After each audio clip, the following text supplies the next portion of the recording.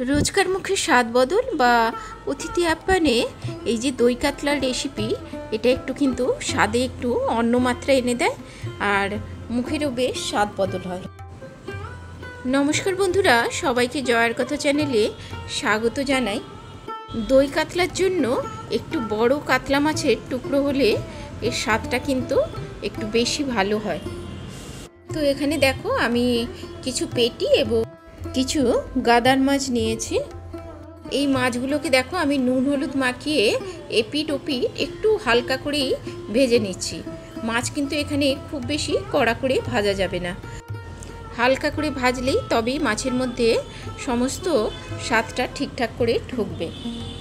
আমার মাছগুলো ভাজা হয়ে গেছে। এখন আমি কড়াইতে আরও একটুখানি তেল দিয়ে দিচ্ছি। ওই 2 চামচ মতন তেল আছে, কারণ এতে আমি মশলাগুলো ভাজবো।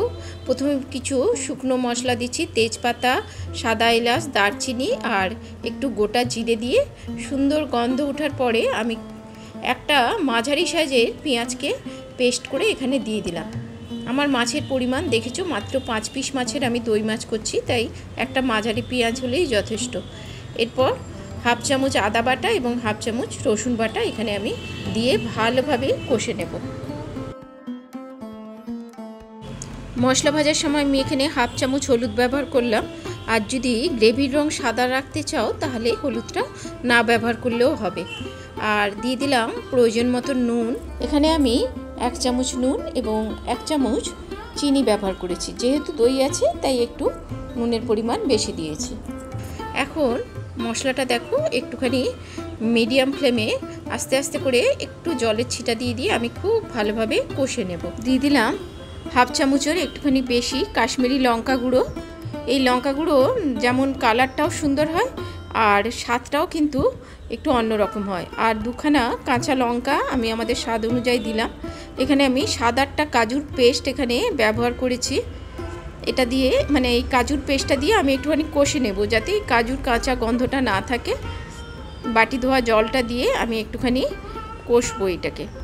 এরপর এর মধ্যে আমি দিয়ে দিচ্ছি 1/4 চামচ ধনে গুঁড়ো এবং 1/4 চামচ জিরে গুঁড়ো।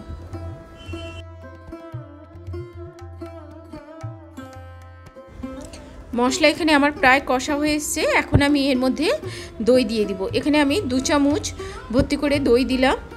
আর এটা যেহেতু মিষ্টি দোকানের দই, একটু মিষ্টি ভাব আছে, তাই এখানে আমি আলাদা করে আর নুন চিনি দইয়ের মধ্যে মিশিয়ে দিলাম না।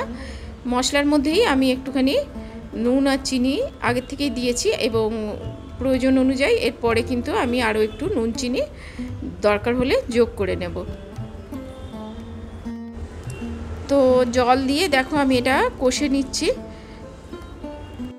ঘরে পাতা দই দিয়ে যদি দই কাতলা করো আর এই মিষ্টি দোকানের চিনি পাতা দই বা ঘরেও যদি চিনি পাতা দই দিয়ে দই কাতলা করো, দেখবে দুটোর স্বাদ কিন্তু আলাদা হয়। আমার এই চিনি পাতা দই দিয়েই দই কাতলার স্বাদটা বেশি ভালো লাগে, তাই আমি এরকম চিনি পাতা দই বা দোকান থেকে এরকম একটুখানি মিষ্টি দই দিয়েই এরকম দই কাতলার রেসিপিটা রাঁধার চেষ্টা করি। উপর থেকে আমি হাফ চামচ শাহি গরম মশলা দিয়ে দিলাম আর দিয়ে দিলাম হাফ চামচের একটু কম গাওয়া ঘি। আর সাদাটা এরকম কিশমিশ ধুয়ে আমি এর উপর থেকে দিয়ে দিলাম। আমার কিন্তু দই কাতলা রেসিপিটা একদম তৈরি হয়ে গেছে। এখন সার্ভ করার জন্য আমি একটা বড় পাত্রে ঢেলে নিচ্ছি। তোমরা এরকম মিষ্টি দই দিয়ে কে কে দই কাতলা বানাও অবশ্যই জানিও। আর আমার রেসিপি যদি তোমাদের ভালো লাগে অবশ্যই লাইক করো, কমেন্ট করো এবং শেয়ার করো। আর এরকম সহজ সরল রেসিপি দেখার জন্য আমার চ্যানেলকে সাবস্ক্রাইব করে দিও। মুখের স্বাদ বদল বা অতিথি আপ্যায়নে এটা একটা সুন্দর মাছের রেসিপি, তোমরা অবশ্যই ট্রাই করে দেখো। সবাই ভালো থেকো, সুস্থ থেকো, বন্ধুত্বের হাত ধরে রেখো। এতক্ষণ সময় সাথে থাকার জন্য সবাইকে অনেক ধন্যবাদ।